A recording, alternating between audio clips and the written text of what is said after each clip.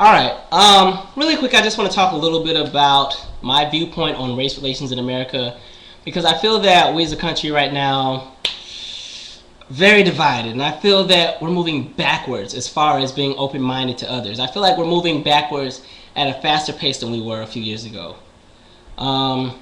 Basically, I've been keeping up with the Bethany Storro case, and if you're not familiar with who Bethany Storro is, she is the woman in Vancouver, Washington, who claimed to be attacked by a black woman who threw acid in her face. And, long story short, she was minding her own business when this crazy black woman approached her and, asked her if she wanted to have some of the drink that she was having. And then Bethany Storro said no, and this crazy, malicious black woman threw this acid on her face and just burned her skin, and third and second degree burns, and next thing you know, Bethany Storro's in the hospital, and she has the bandages on her face, and she's in the hospital bed, and it's a media circus. It's just like this is on the news everywhere. Nancy Grace is talking about it, Glenn Beck's talking about it, Bill O'Reilly's talking about it, Anderson Cooper's talking about it, The View's talking about it. I'm sure Wendy Williams was talking about it. And so it made this huge media storm, and then there was this massive manhunt in Vancouver, Washington, because, she described her as a black woman. They had the sketch down, and, it caused a lot of chaos. And then what made things worse was that, Bethany made us feel so bad for her because, she was on there with the bandages, but at the same time she was saying, I forgive this person, and, God teaches us to love one another and forgive. So now we're looking at Bethany like, oh, she's so strong because she would forgive, that horrible black woman that did that horrible thing to her. And I just admire her for being so strong because she was like a symbol of, just learning to appreciate life and be thankful for the things that you have, and be thankful for, when you're put through a storm, you're going to eventually get through it and life goes on. So that's what Bethany Storro was to America for a few days. We really just were like, that poor woman, and I hope she just gets so much better, and Lord, I hope she's good and everything, all that great stuff. And then we find out this morning that Bethany was lying, and that she made up the entire story, and that she actually threw acid on her own face. And gosh, Bethany, first of all, let's just talk about fabricating news stories. If you're going to make a fake story and fabricate something that isn't true, do you have to go to such an extreme as to throwing acid on your face to get on the news? I mean, if I wanted to make a fake story about being attacked, I don't think I'm going to throw acid on my face, because I like my face. And acid is so permanent, and it burns through the skin and just scars, and I don't know, you look like a character off Final Destination if they didn't make it through the movie. So it's kind of like, why couldn't you do something a little less dramatic? Like, could you throw the acid on your arm at least and just pull the sleeve down, because at least no one would see that and you could play it off and heal. But anyway, I don't know what makes me madder. The fact that she lied and got our sympathy and we felt bad for her, or the fact that she lied and said it was a black woman that did it, because of course, in America, we're always viewed as these dangerous felons and criminals, and we're such a threat to the well-being of this country. And that's what pisses me off, because I feel that that's how people view us. And, first of all, can you imagine being somebody that's black in Vancouver, Washington? As I said earlier, there aren't any black people in Vancouver, Washington. If there are any, there's like 6. There's a handful of them. They're not really everywhere, so they're spread out. And I can just imagine what it must have felt like to be a black woman in Vancouver while there's this massive manhunt for this black woman that threw acid on this woman's face. I'm sure there were so many black women that were racially profiled, and people were doing double takes that look, and the woman might walk into Denny's or something, and they're like, she looks a little suspicious. I bet she's that woman that threw that horrible acid on Miss Storro's face. I should call Crime Stoppers and America's Most Wanted and Nancy Grace while Nancy talks about the twins. So it's just, that really pisses me off, because why is it that whenever there's some story or whenever people are in trouble, it's the black person that gets blamed for everything? Or when people make up a false accusation, why is it that it's always a black person that did it? It really pisses me off. Even like simple stuff like Lindsay Lohan being arrested for coke possession, and then she's saying, that's not my coke, that's his coke. And then, of course, his coke is the black person's. And I'm like, okay, Lindsay, you know what? I like you in Mean Girls, but that's strike one. Or you look at Susan Smith. Susan Smith back in the 90s, her car was stolen and the kids were in the car and it was stolen by this black man. And, she's doing the press conference and bring my kids back and we'll do anything. We have the reward and I just want my babies to come home and all this other stuff. And, so we feel bad. And we're like, please, because the kids, those poor kids. But, please bring the kids home. We felt bad. We're like, Lord, let her bring those kids home. Let that person bring those kids home. And it turned out that Susan was lying and that Susan actually killed her own kids and drowned them in the car. And you're just like, okay, great, good job, Susan, make us look even worse. Or, actually, there have been many cases in the past, in America's past, that, historians don't really like to acknowledge, but there have been many cases where innocent blacks have been lynched, their communities have been burned down, and innocent blacks have been murdered and shot because they were accused of doing things that they didn't actually do. If you go back to Rosewood, Florida in 1923, there was a white woman who was having an affair with another white man. The white man, I guess he attacked her. Some say that he might have even raped her. And, let's go back to America's mindset in 1923. 1923 meant blacks were still viewed as these foolish, uneducated, terrible threat to society. They're dangerous, especially the black men. Protect our white women because they'll rape them.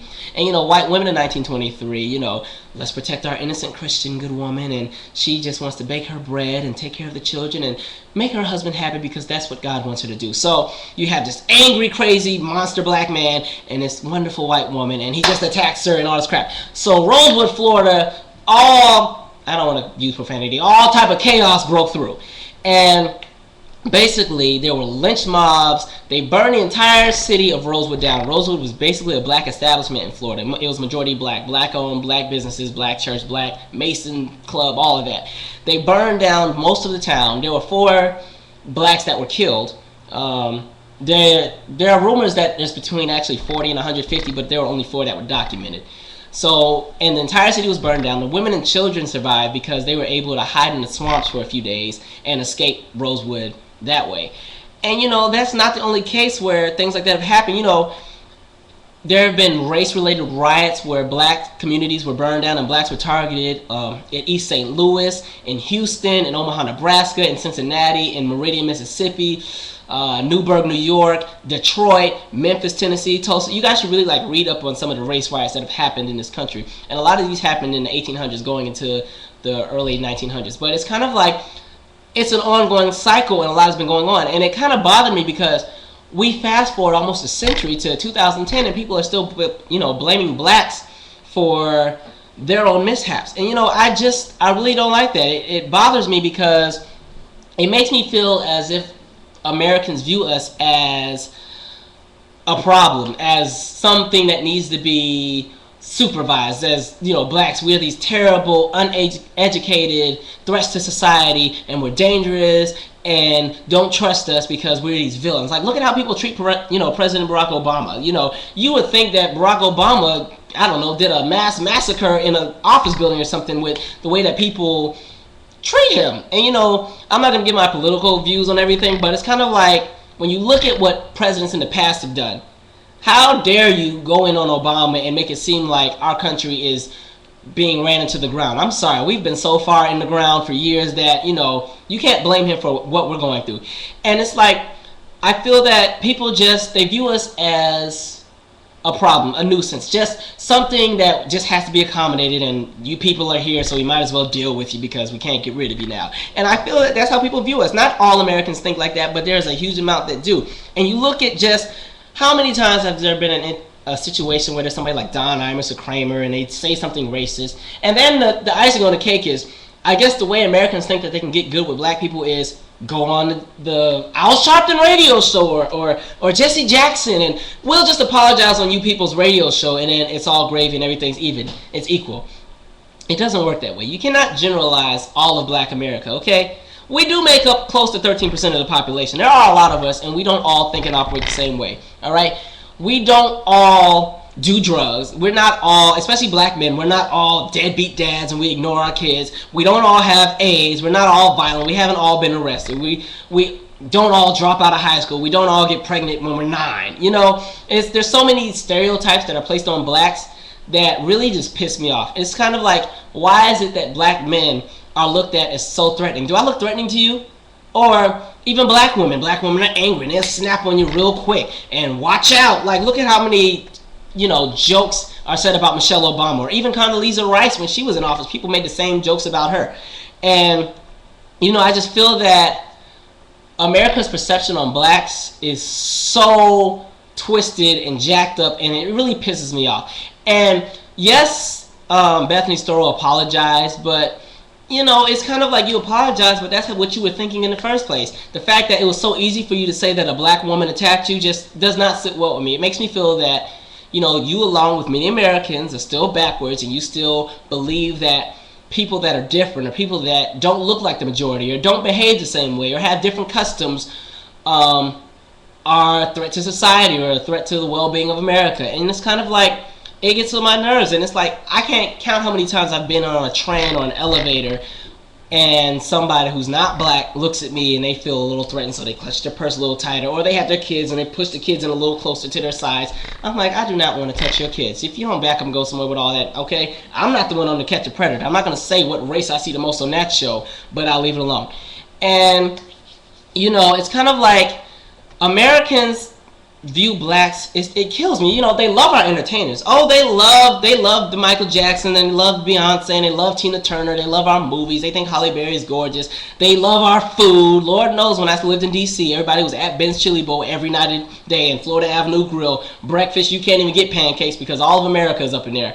But it's like, when it comes to just getting to know our history and get to know about us, no one wants to know about us. No one seems to care about our own culture. They only want us for what they can use us for. And I've noticed that. I grew up in Washington, and I went to a high school that was majority white, and I would hear some of the comments that people would say, and I don't feel that Americans are directly racist anymore, but there's like an indirect racism or passive racism that takes place, and people are unconscious of it, but they don't mean any harm. But it's kind of like people feel that America is this equal utopia, and we have President Barack Obama, and he's black, so we're all equal. And it's kind of like, no, Americans are ignorant to the truth, and people want to sugarcoat and hide the truth because of a few good milestones that we've reached as a community. And it's kind of like, it's unfairness, a slap in the face to black Americans. No one wants to, look at the fact that 25.8% of black Americans live below the poverty line, or the fact that 25.3% of Latinos live behind or below the poverty line. No one wants to acknowledge any of that, and people try to walk around as if everything is all gravy and we're all on this great happy train to freedom, and it doesn't work that way.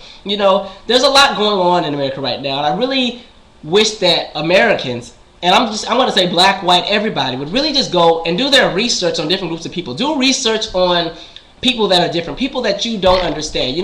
Look at how much animosity is going on in our country towards the Muslim community. Like, I have never been so embarrassed to be American. That whole, don't cuss, that nonsense that was going on in Florida with let's burn the Quran and teach these Muslims that, we as Americans will not tolerate this terrorism. That is a crock of nonsense. First of all, there were people that were Muslim that died in those towers and died in the Pentagon.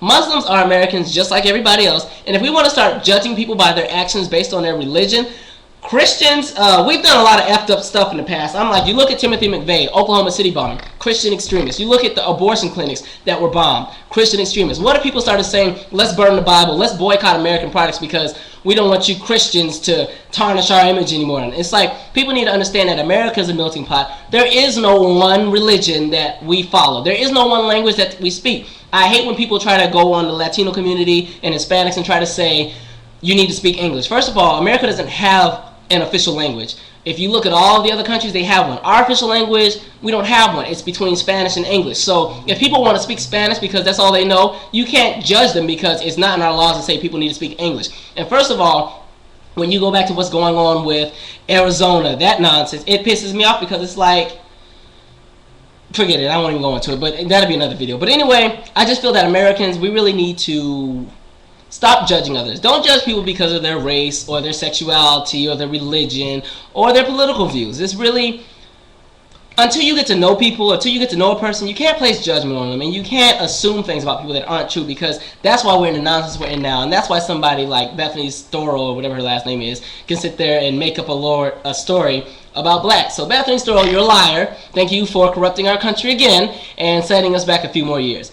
And that's the end of my rant. I guess you guys can subscribe to my page. I'll be uploading some more dance videos, some new music, some of my comedy shows, and a few more of my opinions. And that's going to be it for today. All right.